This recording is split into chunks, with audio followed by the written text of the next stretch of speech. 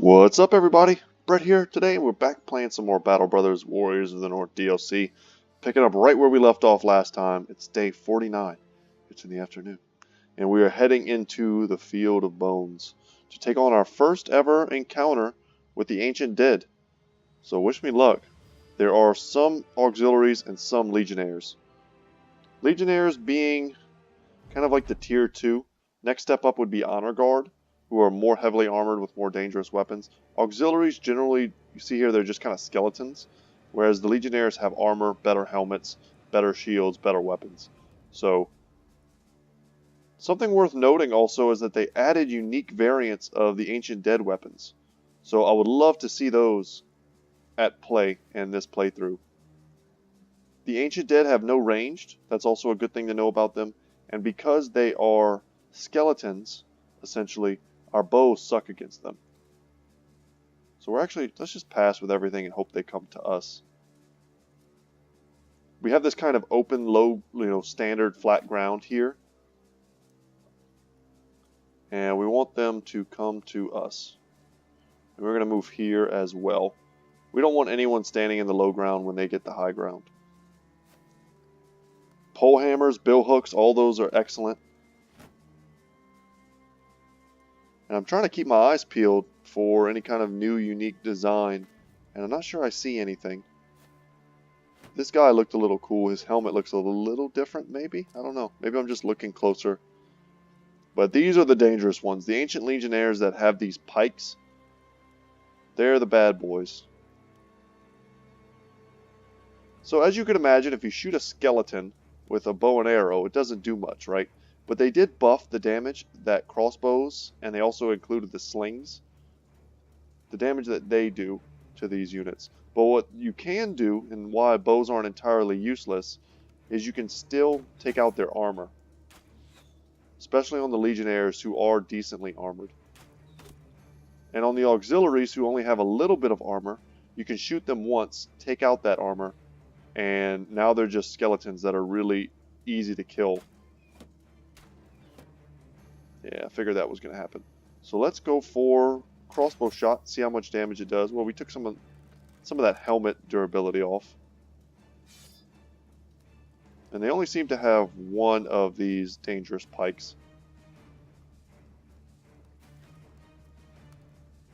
And of course, a cleaver is not a good weapon versus a skeleton. They don't bleed.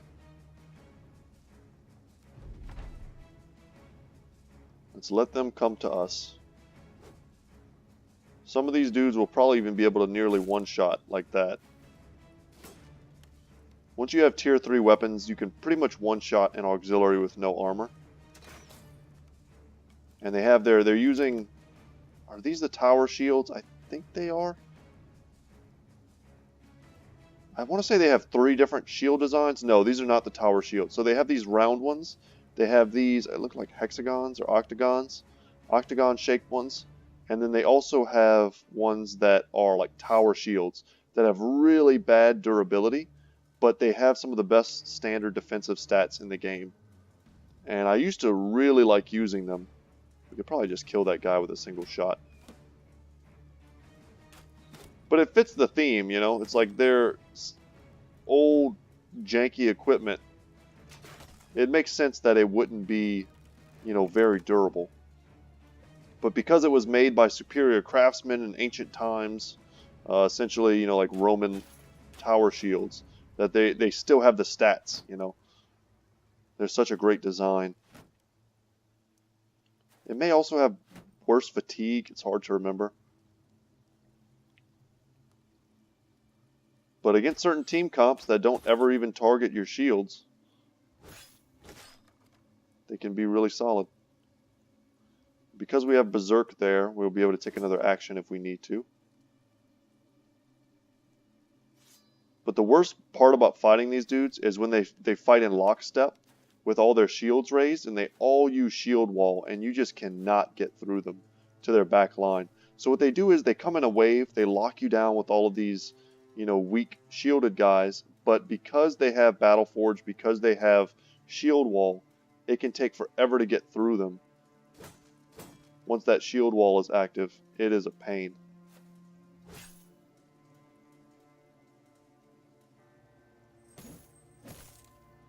And you want to kill as many as you can before that happens. So let's switch out to the bill hook. Not sure I really want to step forward, but I will. Because now we're giving these ranged dudes the chance to hit Janold.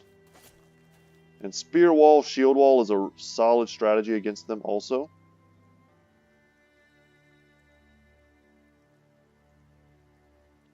Very similar to zombies. Yeah, and Leisure Side is in a tough spot. We'll take that 70%. We'll switch out with Ozzy. And also go for what I'm assuming is going to be a decent shot at 60%. If we had hit that, we might have just straight up killed him. Pole Hammer. Pole Hammer, it's got to be really effective against them as well.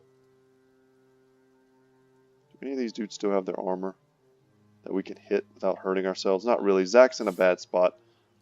The banner is not a great weapon versus them. Let's just hold on. We're going to step forward, I'm sure, and make some space for ourselves.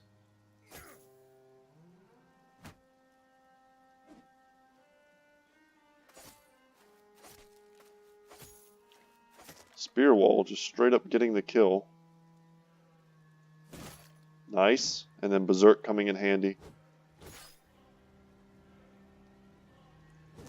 And we wanted to take him out just to lessen the pressure on Leisure Side.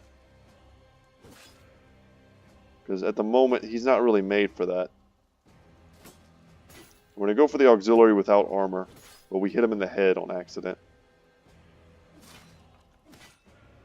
Nice. Solid hits.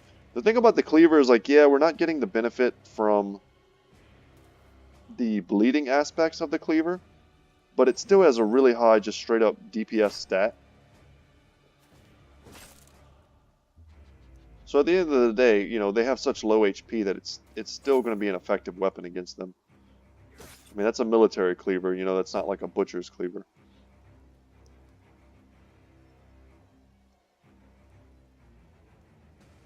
Are we good? Where do we want to go with him? Step up here, take the shot. Nice.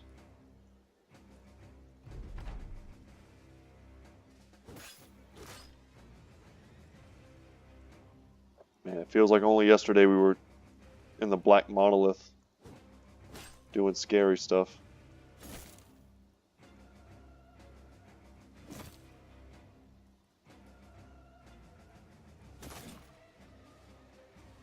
Come down here, help that way. Step right here, take this shot. Nice. Put some damage on the armor. And if you can kill some of these like legionnaires early enough, their armor's not bad. The stats aren't horrible. It's just kind of heavy, like rusted mail. And the Honor Guard wears some pretty decent armor as well. And the 200s, kind of the low 200 range. I don't think there'll be any upgrades for us from this fight, like none at all.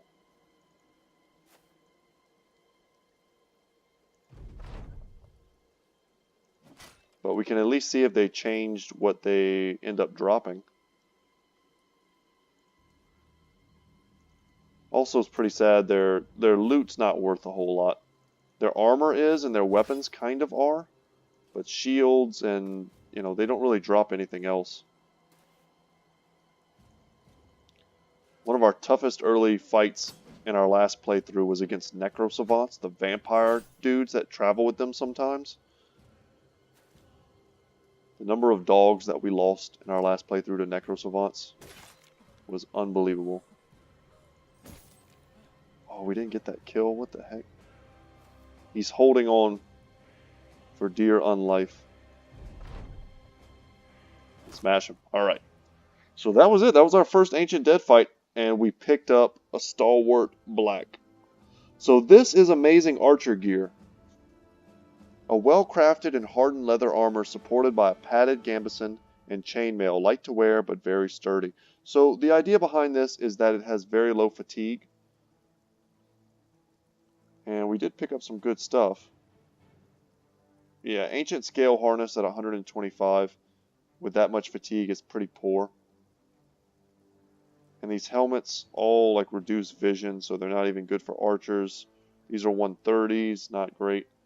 And the shields here are 1520s with only 20 durability, so not great. Weapons are okay. If you get an ancient sword early, it can be fine. The ancient bladed pike is a really strong polearm if you get it early, but we're like already in like maximum bill hooks, and bill hooks are pretty much the best you can get. So I'm happy we took that fight, but we're pretty much full on inventory space. We can take one more fight's worth of inventory space and be fine.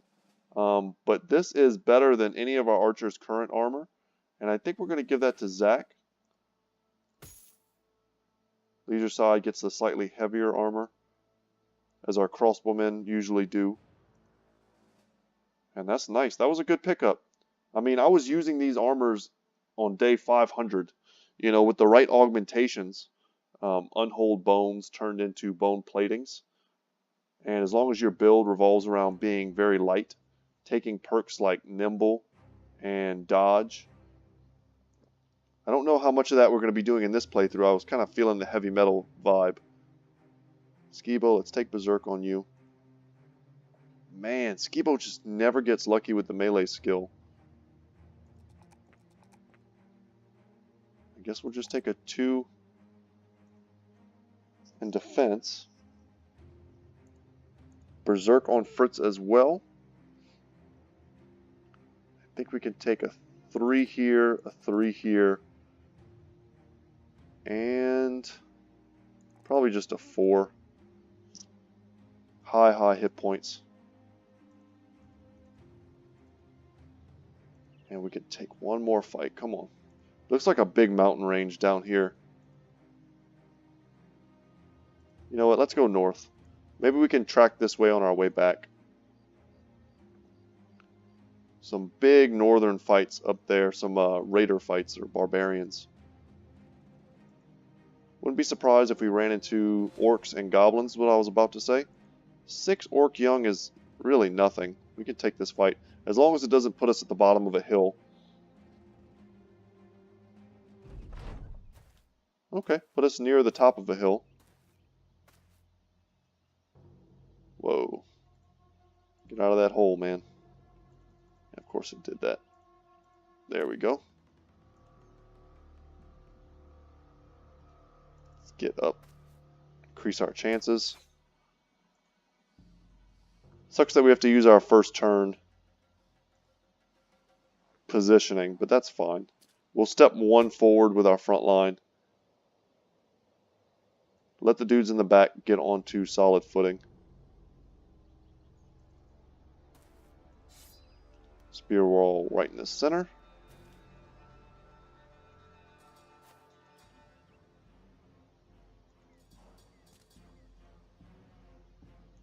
Very careful.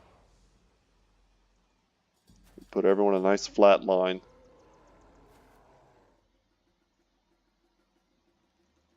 Step up. Step up and in instead of up and out. 63, good shot.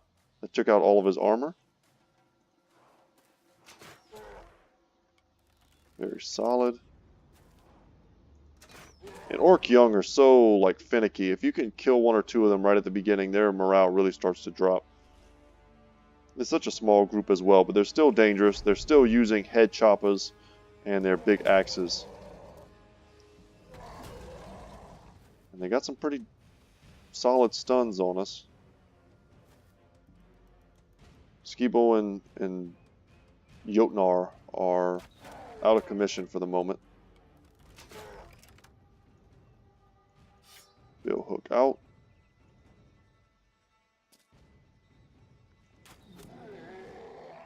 And go for that. Even with a shield, I mean 62% is solid. And I like jumping in here because we're not blocking anyone's line of sight. And here we're getting a surround. And with Adrenaline, we'll be able to take that shot on the Orc Young before he's able to do anything.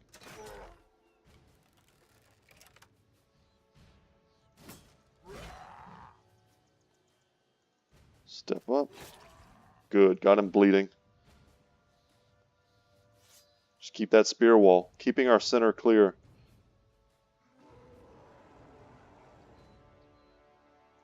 Just giving the AI one more variable that they have to overcome.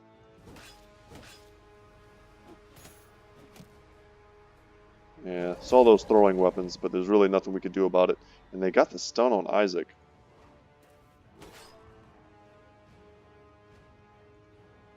Step up. Bill Hook. Yes.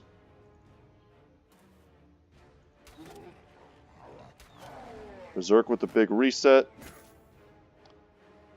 And they managed to stun us right there. And because he's wide open, we'll take that. And if we get this easy kill, that opens us up to step in now with Jotnar.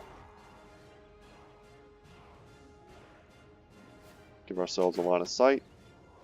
It's too bad. Bill Hook out.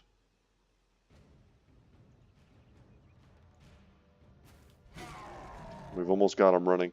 Let's also use Adrenaline. Make sure they don't go before us next turn. So much Berserk. I think that Berserk is one of those big milestones in your playthrough, where once you finally unlock that and get that on your team, you can start finally facing much bigger groups of enemies, because you'll be able to kill faster. Well, we can pick up some meat, but like I really don't want to pick up those shields. They're just a waste of space. Yeah, Wagash Blot, we're not going in there. A large and foul-smelling sea of tents with a warlord's tent as a throne room. Yeah, we can't enter any throne rooms. That's not where we are in this playthrough right now. So hopefully no one comes out to meet us. Looks like they have a bit of a patrol here. No, just some Orc Young. A lot of small numbers. I know I'm playing on like beginner, but that didn't used to mean you always saw small numbers.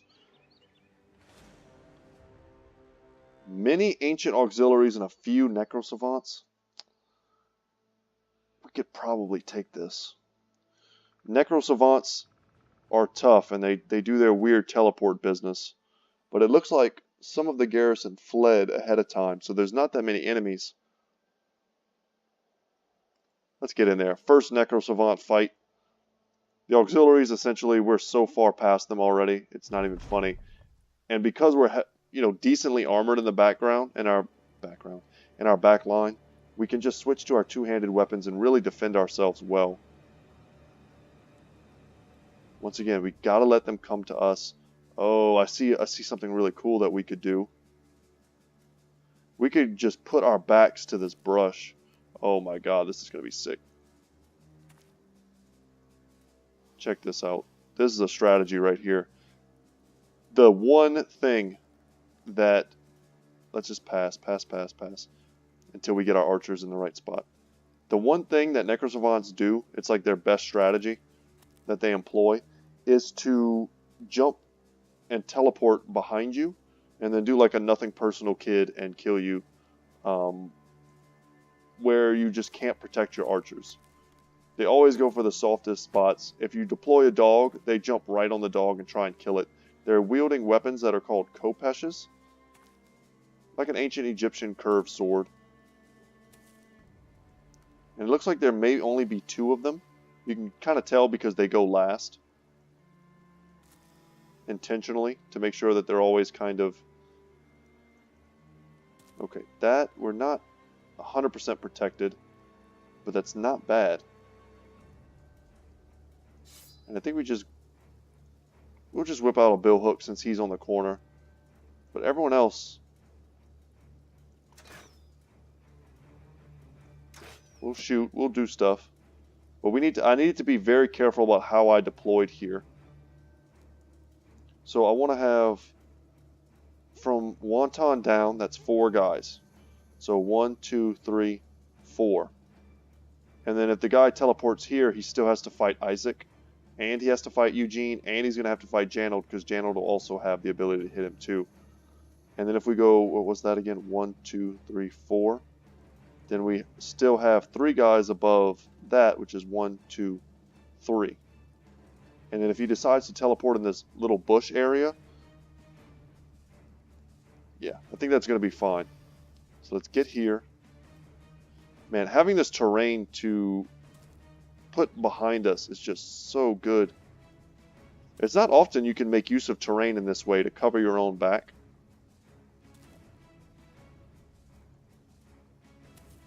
So we're just going to make a solid wall of steel, which auxiliaries can't really deal with. And that is definitely not the Nercosavants' specialty. So, just like the Geist, the Nercosavants like to wait until you engage in melee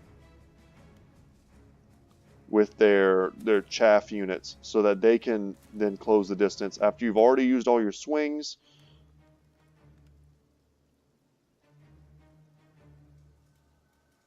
Well, you know what, the banner really does suck for fighting these things, so let's see if we can get some shots. Maybe just on this guy. Man, that shield wrecked us. Reload and pass.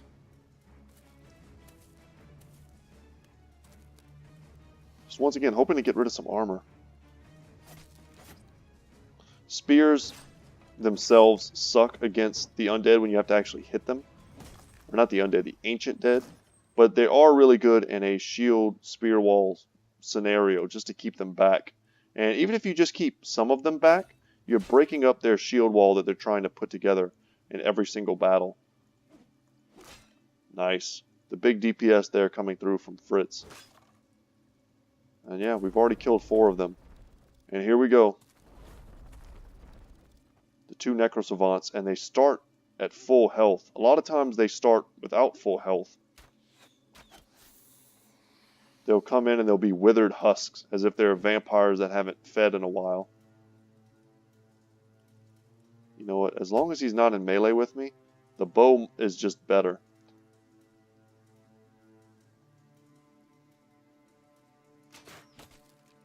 Good, we took out all of that armor.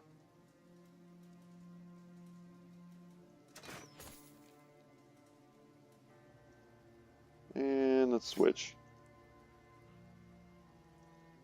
The Kopeshes, think of them kind of like cleavers. They're basically made for decapitating.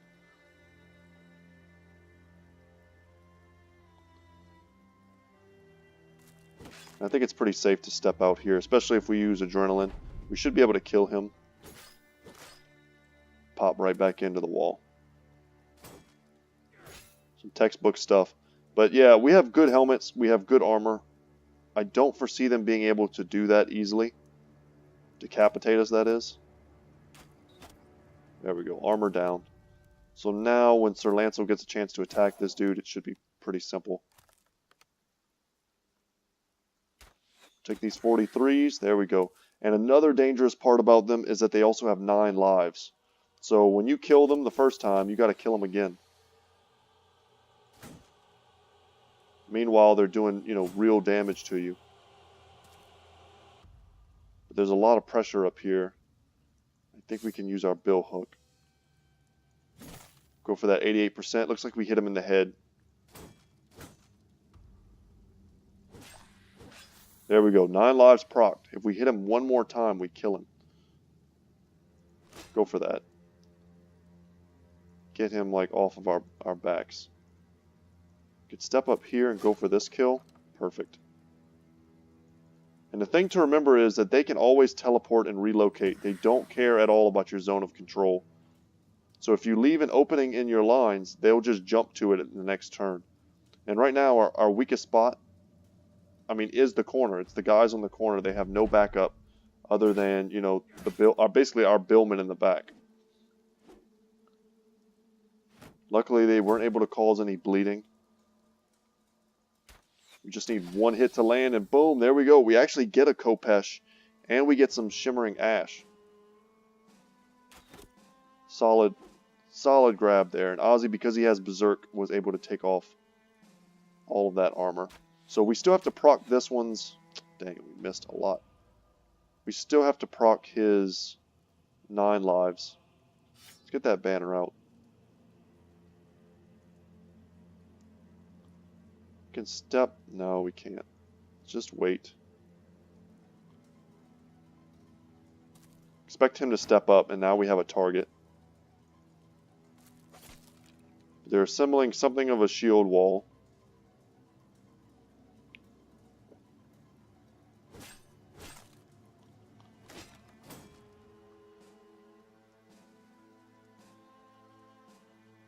Damn, we're just like barely in a bad spot. And there's the 9 lives. If we had just landed one of those shots with our bow, we'd be golden right now. Step forward.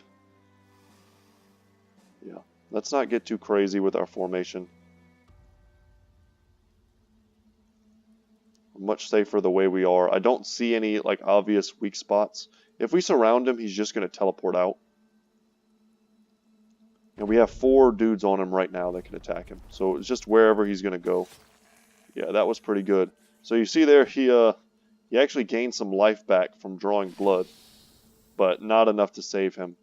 And he's dead. Not before causing some bleeding to us. Some minor damage. But unlike the normal dead, these will not come back. So that's the last we'll have to deal with, those Nercosavants. So very cool. I mean, we've killed our first Nercosavants in this playthrough.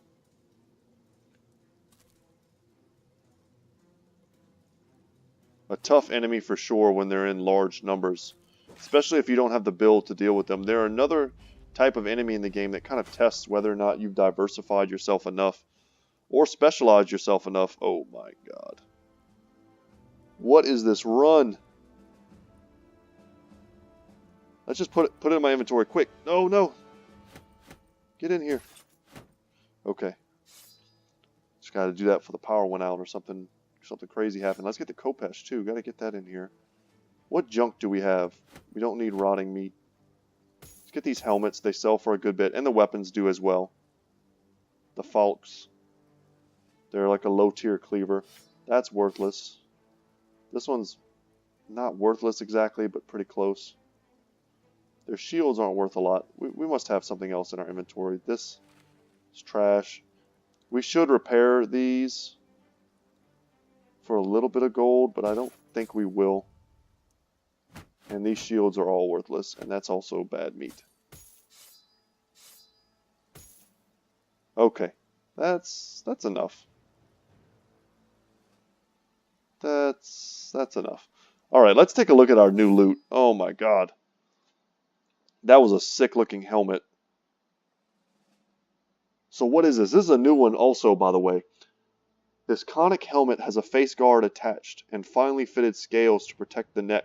The face guard resembles a fearsome warrior that is about to strike his enemy. Oh my god. And that is going to go on to Isaac. Or do we want that on Svarog? That's a pretty sick helmet on Svarog. Yeah, I think I have to do that. I can't help myself. And man, we've already made flat top with males kind of obsolete to where we're just throwing them away. It's like we're just like, nah, we don't need flat tops with male. I'm kind of tempted to use these Khopeshes. It has much more fatigue, but it's more effective against armor by 40%, and 5% more ignores armor. And it has a slightly bigger, if you look at the DPS, 35 to 55, that's a pretty big range. It's a 20 damage range over the 45 or 40 to 45. I think they're pretty similar, but the attacks are more devastating from the Khopesh. The ability to cause bleeding and to potentially decapitate. Also looks pretty sick when you give it to Jotnar. And we're also going to give him the Stout Safeguard. Look at the range defense on that. Shield skills build up 2% or -2 less fatigue. That's a unique modifier. We've never seen that before. So let's take a second. Do we have some free space somewhere? Jesus.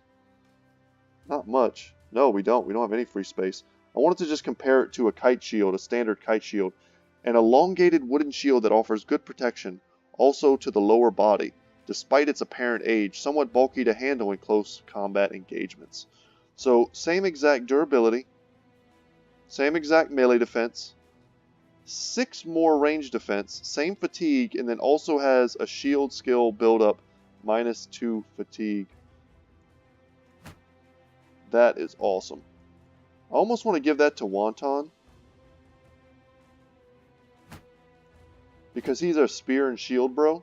So he's going to be using shield wall, spear wall a lot more than other people. I also went ahead and gave him his flask of blessed water.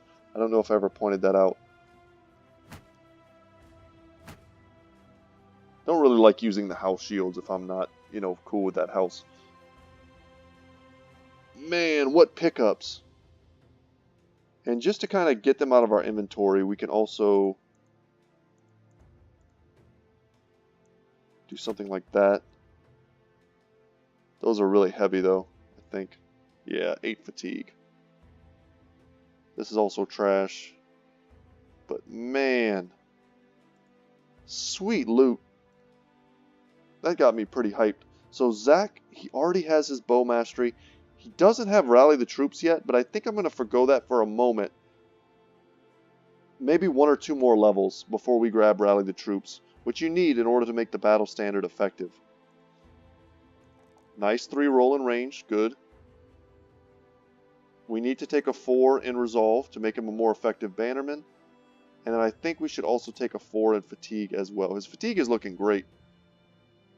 Mostly because he's wearing this instead of a heavier piece of armor. Wow, what a solid pickup. And we really...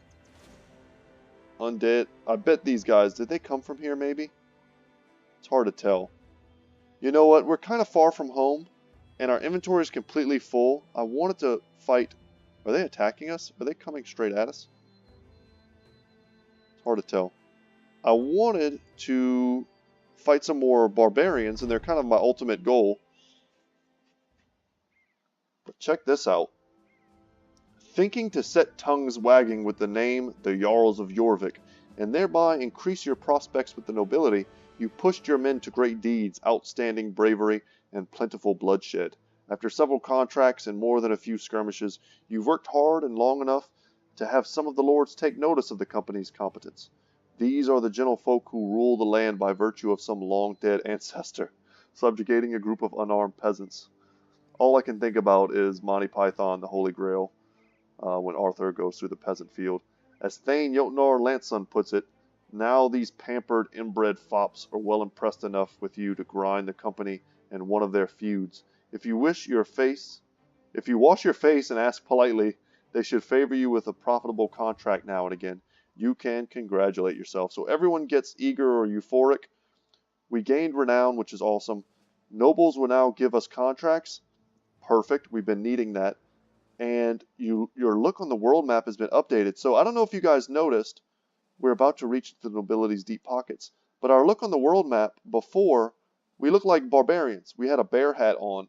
And now we look kind of like raiders. If you just look at our little like chess piece.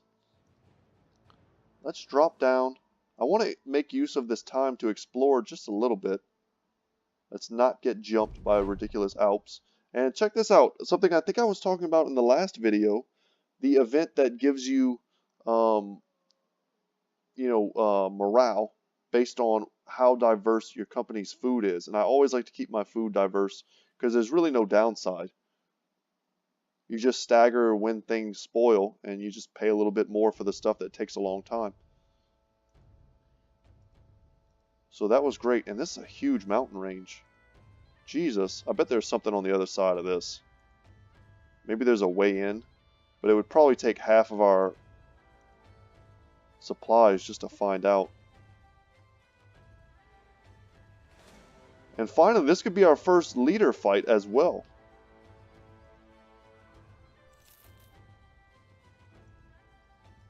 Very cool. And it looks like they're sitting on rocks. So I don't think it's a swamp fight, which would honestly favor us pretty heavily.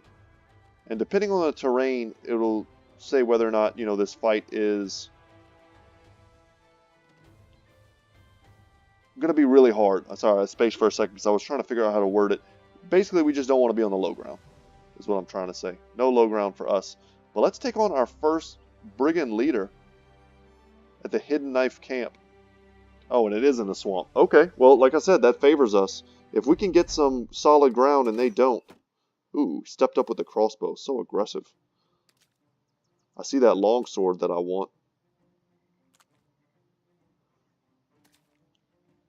But only 9 of them. And I guess the leader, who's still hidden, he's going to step out soon. So in the swamp, they have a pretty severe negative to their range defense. Wow, that sucked. We could back up and just completely take this position. Oh, I was wondering where the last guy was. We want to get rid of their crossbowmen. He's using a standard crossbow, not a light crossbow, I think. And if that's the case, he's dangerous. And he's got to go. I don't mind fighting them one-on-one in the swamp. But what I don't want is to be fighting them one-on-one while their crossbow is just taking lazy shots and hurting us. Check out that Kopesh. God, it's so sick. So priorities right now, kill the marksman, kill this dude right here with the long sword. Let's not get hit by that. If I was being super tactical, I would back up. I would put my ranged on this part, my front line on this part, and then force them to fight in the swamp while I stand on the high ground. Even the shield looks sick. That's a sweet shield.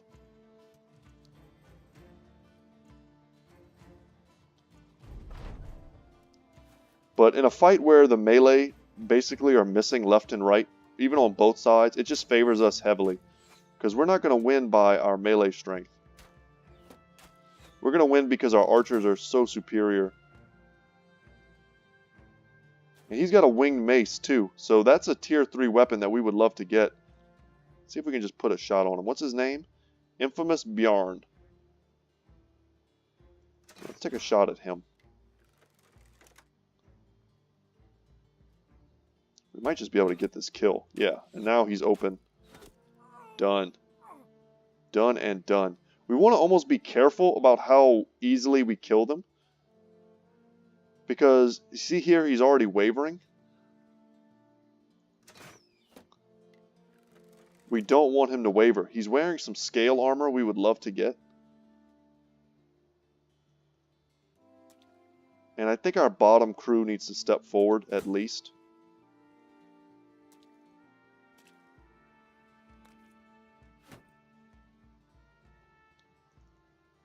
We need to close the distance with him. He's probably just going to want to sit on the high ground, especially if he's already thinking about running. But we're not engaging. We're not bringing up Svarog. Look at that helmet. That is a cool helmet. Can we step up? No. We could engage here.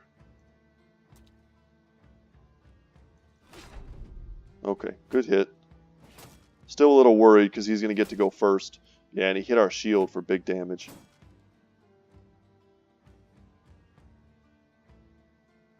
%, not impressive. Go for him. If we can kill him, that'll clear the way for us. If we step here, we can still take a shot on this guy, whose armor is honestly pretty weak. And he's got throwing axes, as all leaders generally do. They'll use javelins or something. And he stepped in the swamp to fight us.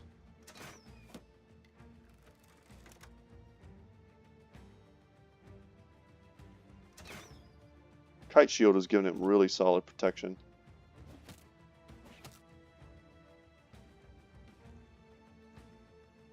Dang. Alright. Since he has his throwing weapons out, I don't hate, stepping to him like that. Because it means he's going to have to switch. Which is going to negate some of the advantage that he has, at least for a turn. Let's get that kill perfect. And if we could get multiple dudes on him, we'll be fine. And a good bleed there from our Kopesh.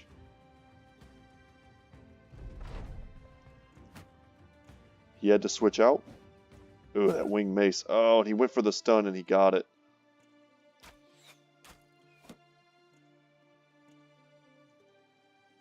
Time to start walking forward. Luckily, this dude is not able to swing at us anymore. 49%, 51. We're going to go for the 49. There's essentially the same number, but we have less brothers up here to get that kill or to force that route. Whereas here we have a triple surround, and he's already bleeding, so... Dang, bad misses. Oops. Don't want to do that. And he's running. Wow. What a coward. He's like, you guys got this, right? I'm out. We could have just landed one hit. And down he goes, and we didn't get the sword. Oh, man. I guess we have to rely on our Raider trait that we got for playing Northern Raiders to hopefully get that for us.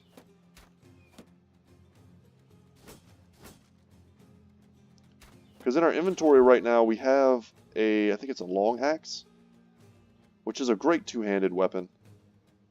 And we're not currently using it on Isaac just because we want to get him a little bit more leveled. And we really need to get a surround here. Or else he could actually very easily just slip past us. Take the damage to his armor, which is pretty decent. Causing bleeding would be solid also, because it just bypasses the armor. See, that's what we don't want to happen. We may have to drop dogs. We've got to kill him if we want that gear.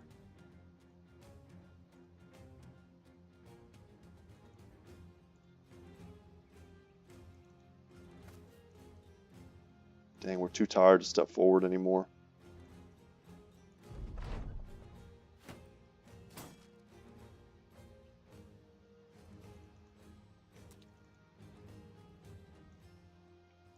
Gotta hate being in the swamp sometimes. It definitely played to our advantage this time.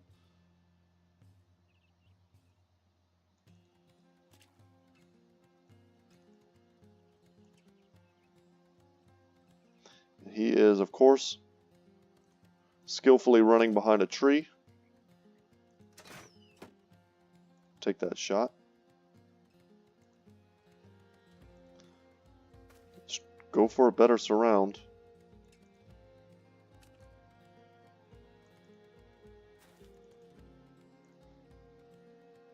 Come on, get the kill. There we go.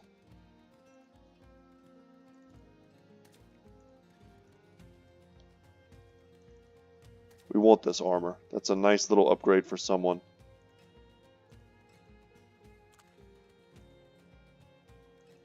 Two brothers are currently on him. He's also got a good helmet, I don't think I mentioned. That's a kettle, I forget what it's called, kettle cap? Something like that. So a tier 3 weapon, an armor upgrade, and a helmet upgrade.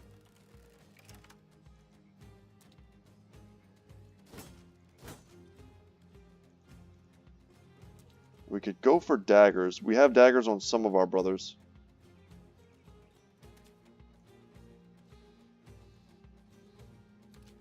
Let's try and go around with Wonton.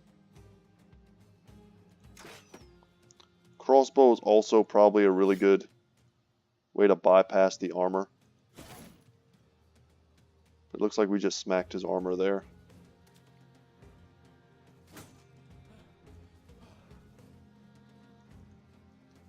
The AI unintentionally using a tree to save themselves.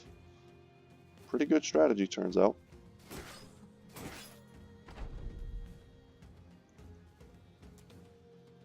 Come on, Raider passive. I don't have, like, I'm not going to mess around trying to stab this. This is not like a 10,000 gold plate of armor. This is a decent set of armor that I'll be happy not to have to buy. But if this was like a 10,000 set, like on a Hedge Knight or something, you better believe we'd be finding where our daggers are and going for that.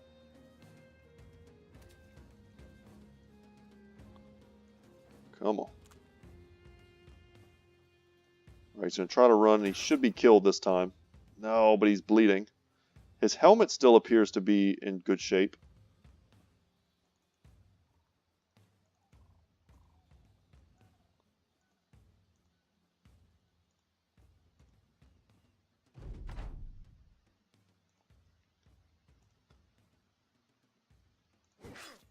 9 lives. Of course he had 9 lives. What did we get? Let's check the loot. We got the helmet, but not the armor. Dang. Oh, but we got his mace. I'll take it. I will take it. What else? We got some more bundles of javelins. Cool. And some stuff that's just worth a lot. But this is the helmet we were hoping to get. The kettle hat with mail. So that's why I couldn't remember it. But yeah, we'll take the amber. We'll take 30 tools. And we don't have inventory for gold. That's ridiculous. Gold should... I hate that it does that. It shouldn't do that. Let's go through our inventory real quick. Get rid of stuff that... Like this short sword is broken. We're not going to repair it. It's not worth much. These little dinky shields aren't worth much. That's going to be worth a lot. What else? I mean, probably all of these are worth tossing. That's also an expensive piece. Yeah,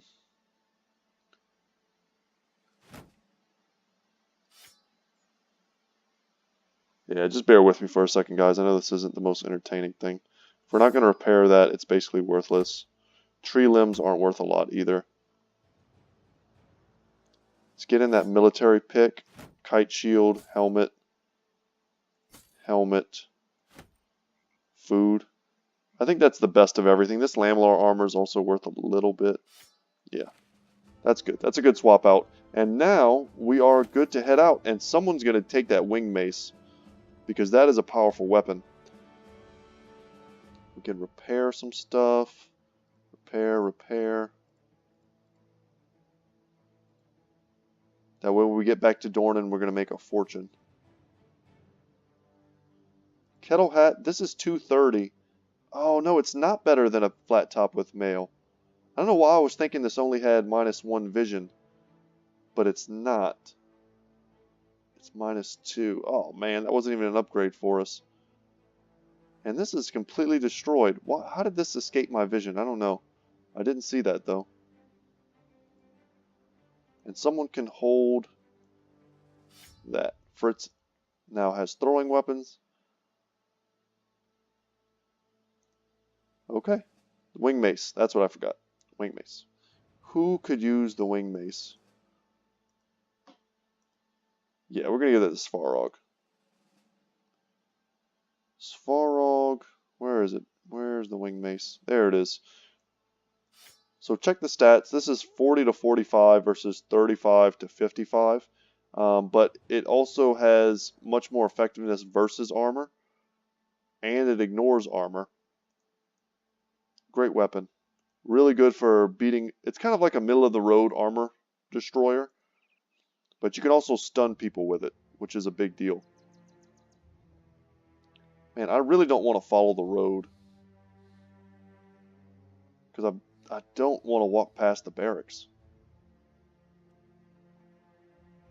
I'm getting like deja vu from the last episode. Let's be careful. Okay.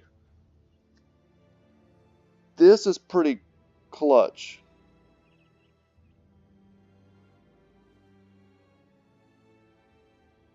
These are some really important ambitions that I'm looking at right now. So it says, you feel good today, ready to lead the Jarls of Jorvik through any challenge to come. You gather the men around, kicking Sir Lancel to his feet and telling Eugene the footman to finish scraping away the hairs on his neck later. When their muttering has subsided, you start to address them. So I think we want the bigger cart. It's just, I think it's something like 20 or so extra slots. We'll look at it. And I think we have enough to get it, but I don't remember what we get for this one. Should a battle or two go against us, we may find ourselves out of pocket and short of equipment. The company will therefore build a reserve of 10,000 crowns, which we can easily do. But I want the bigger backpack, essentially. Right now we're sitting at 99, and I think we go up to like 119 or 112, something like that. I could be wrong, but that's the number that I'm remembering. And before I forget also, we leveled with Wonton Fu. And because his stats are just so... Man, I hate this. These ones. We'll take a 5, we'll take a 3. And I feel like we have to take a 1. Because his stats are so bad, I feel like we need to give him Spear Mastery. He'll never use anything but a spear, because he just won't have the melee skill to do that. But that's okay. I mean, he'll be an effective brother. He'll just have to use a spear. And Sir Lancel now finally is getting into Battle Forge. So he was kind of a weak link without even realizing it until he got that perk. Nice 3 in melee skill. Happy to see that. Nice 4 in fatigue. And I also like getting a 4 in hit points as well. And that ended up being 5 hit points thanks to Colossus. Very tanky. Battle Forge plus some extra HP just made him kind of all of a sudden a very tanky brother. And once again, we'll try and bypass this barracks. And yeah, we spent 5,000 crowns, so not all 7,500. But let's read this event. Gathering enough crowns to pay the cart maker for his work did cost you an arm and a leg, quite literally in some cases. Now the proud owner of a new wagon, you're able to carry both more equipment and more spoils of war, be it silverware and golden crowns, or the half-torn, lice-filled gambeson of a random thug. After traveling the first miles with the new wheels, you notice that Eugene the footman seems to be missing. Looking around, you eventually find him hidden behind some grain bags on the wagon, snoring away peacefully. Some cold water to the head and a boot to the butt quickly get the sluggard back on his feet and walking like the others. Still, you better make sure the men know their place. I won't have any of this. The only way anyone of the Jarls of Jorvik will ever find himself on this wagon is carrying his own head under his arm. Be ever watchful, and have your arms at the ready when we travel these lands. Your men grumble and continue on. So everyone's euphoric. We lose 5,000 crowns. We gain inventory space. We also gain more renown. So let's check our renown and let's check our inventory space. So we went up to 126, so it was even more than I remembered. So that's 27 item slots. Man, I'm glad we did that. That's a lot, as you can see. Jeez. Yeah, if we'd have got that a minute ago, we could still be questing up there. And now we should check our renown and see where we're at. We're at professional. 1,264. We're threatening with House Austin. And once we can do a lot of questing with House Austin, what we're going to do is, and I think this is the best move, because I still want to be able to attack people, I think we're going to befriend House Austin, ignore this house here, and then befriend this house here. Because they're both kind of the gatekeepers to the east, whereas these guys are kind of the gatekeepers to nothing, because there's nothing here but like these little tiny pieces of land. And then we'll just use these guys to raid whenever we feel like we want to kill footmen and take supply caravans. Let's head into Dornan and get paid. 2,700 crowns is what we're going to be left with on our way back. Nercosavants. Oh man, we haven't fought those in a while. And I don't see any level 3s. Let's get in there before nightfall. Come on, it'll be so much easier. Okay, I think we barely made it in before nightfall.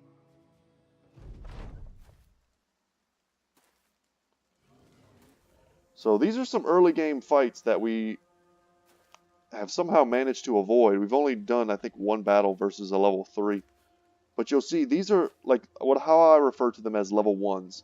They're the basic Nercosavants, and they suck. I mean, you can kill them super easy, but that's kind of the deceptive point of them. See, I just killed that guy. One of these other ones is going to step forward and eat his corpse and turn into a much bigger, much more powerful guy. The only thing that's going to stop that from happening is if we step forward and stand on top of the corpse to make sure that they don't do that. They also heal whenever they eat each other. So it's pretty dangerous to let them eat each other like that. If we could have got that kill, that would have been awesome, because he's got 3 injuries. So let's tie him down. Tie this one down.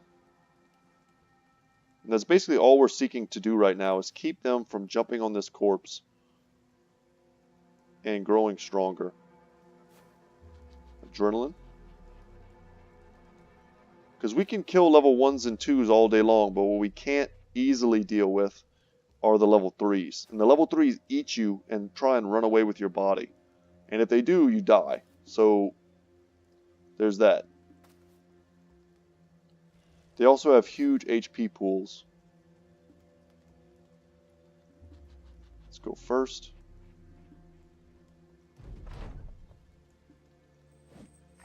These little buggers also have really bad morale. So if you can kill most of them right at the beginning, you're in super good shape.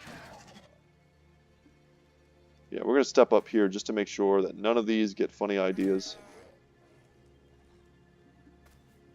Winged mace.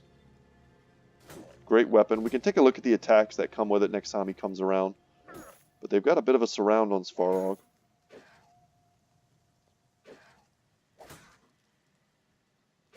Looks like Fury swipes from Pokemon.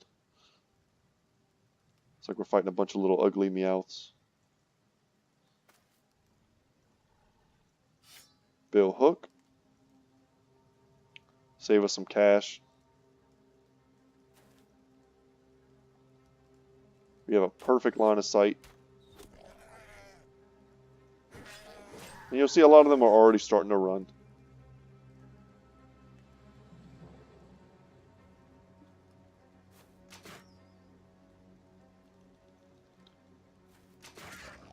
Nice. Get in there, switch out. And he's in a great pocket.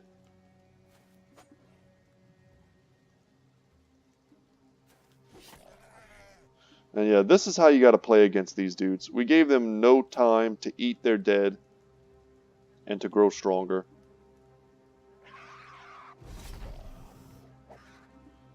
Because he tried to run, we couldn't really control that, but we left a corpse that they may be able to get on. No, they can't, because Farog is locking them down, so never mind. Scrap that. They are locked down thoroughly.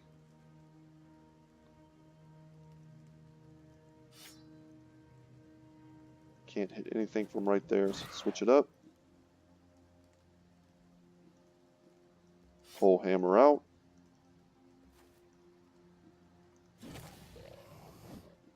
Almost.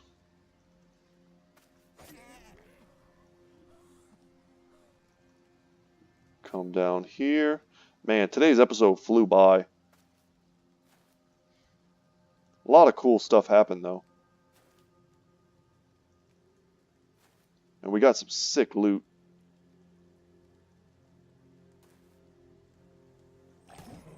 And now that he wants to run, the only one left is this guy. Oh, his attacks. So we have Bash.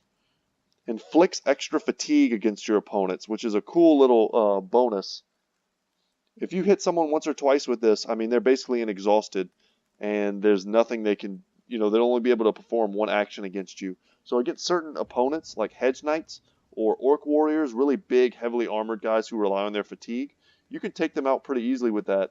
And then you also have Knockout. It does a little bit of damage and also inflicts the extra fatigue, but you also get that chance to stun, which is pretty valuable versus some opponents as well. Not everyone is vulnerable to stun, but it's worth looking out for. Sometimes stunning is a really good option. If you can't kill an opponent, let's say, just to craft a scenario, let's say you have a brother who's really injured and he's standing next to a dangerous enemy that you can't kill in one turn, no matter if you land multiple attacks, right? Sometimes your best option then to get that stun and keep him from attacking you so that you can either get away or, switch weapons or whatever you need to do. But the stun definitely comes in handy. So there, we picked up 2 crafting ingredients, the fangs and the horns, which are worth a little bit, not a lot. But the main thing is they would be used in crafting, which we can't really make use of yet because none of our 3 cities have taxidermists. But we'll definitely, and yeah, here we go. So our first Noble House contract.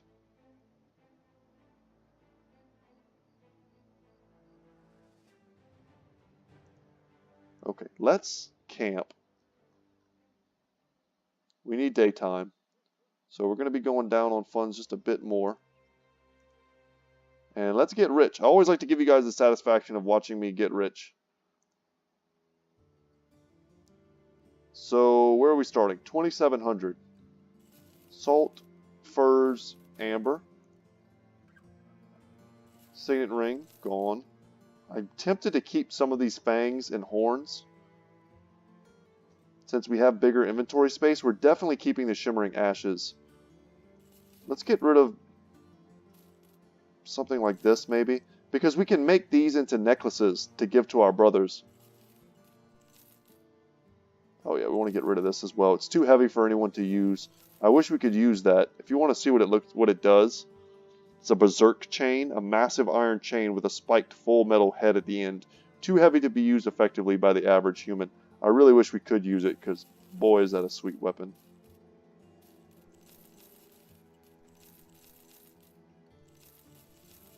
And we are just going up and up.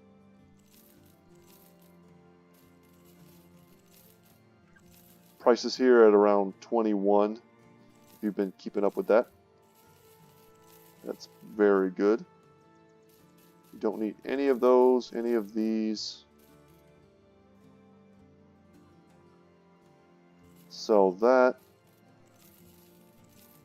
How good was that helmet? The one with the... no, only 130. Okay, it's better than the others, but it's still not that great. It's just a Legionnaire helmet. And just a few backups.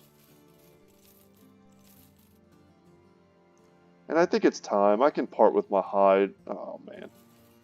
Oh, that hurt a little bit. But we need to get more efficient. And if we're going to start carrying lots of crafting materials, which now we have 8 spots in our inventory, and it's going to blow up to 20, 30 spots, we need to make sure we have room. And we can't be carrying around junk that we don't need. I like having an extra, weapon, shield, helmet in case, something gets badly broken and we find ourselves, spiraling into another fight quickly. I think we have to buy all the tools. We have to buy the ammunition. And we could buy some bread maybe. Put us up to 8 days. That's pretty good. And we ran out of beer. So let's get some beer. 9 days. Perfect. Okay. So after all is said and done, after buying a cart for 5K, we ended today's episode at 8,700. It's so tempting, guys. We could just buy these. We could just buy 2 heavy crossbows. They're 9K. We could sell things. we could do it. We really could. We could get up to 9K right now just by selling the arming sword. Man, that's so tempting. We could keep trying to ambush. Oh, the prices also went back up a little bit. They're a couple hundred more expensive than they normally might be. But we could keep trying to ambush the different garrison units. And sometimes arbalisters will have the heavy crossbows, and you can just take them from them. Sir Erland. Mattis the Faithful. This is tempting right here. Anytime you see Eagle Eye on an archer, that's a brother you need to consider picking up. Because he probably has the Eagle Eye trait, which is solid on archers. And the fact that he's a poacher means he's probably good at it anyway. I wanted our next brother, though, to be a barbarian. But, man, it's taking forever for us to fall back into neutral. Let's take a look at this contract and see. Giant men eating cattle and children. Oh, Lord. People having nightmares, killing their neighbors. Okay, so they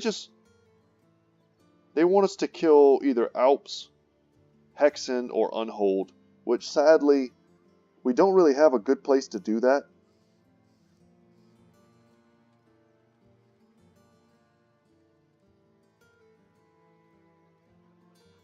See what they want to pay us. Yeah, it's per head. I would love to fight those enemies, but I really just can't right now. And where do they want us to go?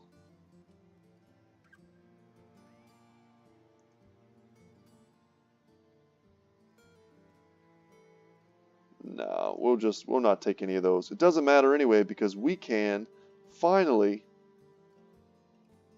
head over to one of the other cities. And I think we'll do that very quick before today's episode ends. They burned Hilda at the stake last week. Some witch hunter did. Just appeared one day, accused her of sorcery and whatnot, and had her burned. The council didn't object, and that man just left soon after. Wish I knew who he was, really.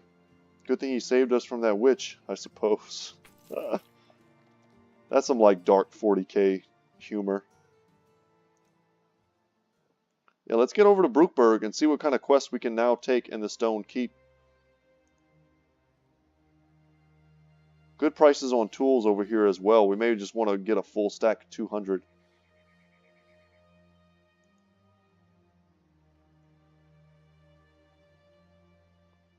Oh, and we could buy dogs. Oh, yes. Let's buy the tools before I lose my nerve and start spending gold on other stuff that I don't really need. Another cheap military cleaver. Oh, man. See what's in the armory? Some heavy lamellar armor. Oh, they have the Stern Ward. A super strong helmet. And it's really not that expensive at 19k, but at this point in the game, we just can't afford that. So I think with the... This had to be it. The light scale armor. I think this is what the bandit leader was wearing when we fought him. It's pretty good. I mean, 170 would have been nice to have. Footman's armor. There are definitely a lot of upgrades in here, but what I'm looking at the most right now is the Saleh helmet, which is top tier archer helmet in the game.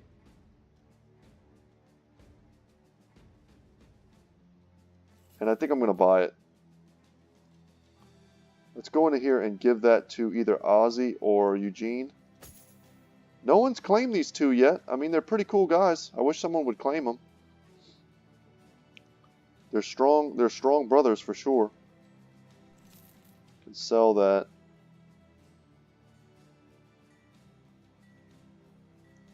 Then let's look in the weaponsmith. Anything we can't live without. I mean, they have some strong tier 3 weapons. It'd be nice to get a fighting spear for Wonton, but the prices here for buying are kind of awful. It looks like, I think. They have a Rondo dagger, if we had a dagger bro. They also have a 3-headed flail, which is a pretty sick weapon. I got to use this pretty late in my last playthrough when I found a unique one, and I was very impressed by it. Because it does 3 separate attacks, it allows you to stack on hit effects. Really strong considering it's only 2k.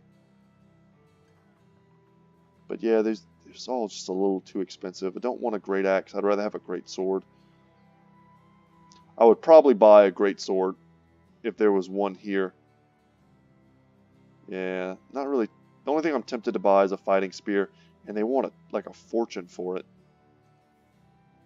I think we're better off holding on and just buying some armored war dogs for our brothers. Sir Lancel gets an armored war dog. Fritz gets one. Let's get them in the front. And then we'll also give one to... Let's give one to Leisure Side. I kind of want to give everyone a war dog, because the prices here are so good. And if they start dying, we'll have some backups. But man, they would have been useful versus the Alps. I also love using them against the orcs. We need one more. Using them against the orcs because all you need a lot of times is just, you need to buy time against them. And the dogs let you do that pretty handily. So, I mean, we bought almost all their dogs. We're down to 4,700, but that's more than we need to adventure. Might as well look at who they're offering us. Yeah, nobody we need. Some good backgrounds in there. But that's going to be it, guys. That was kind of a long one today, but I hope you enjoyed it. We fought a lot of enemies for the first time. We fought the Ancient Dead for the first time. That instantly went into a Nercosavant battle. Fought our first Brigand leader. Got some amazing loot.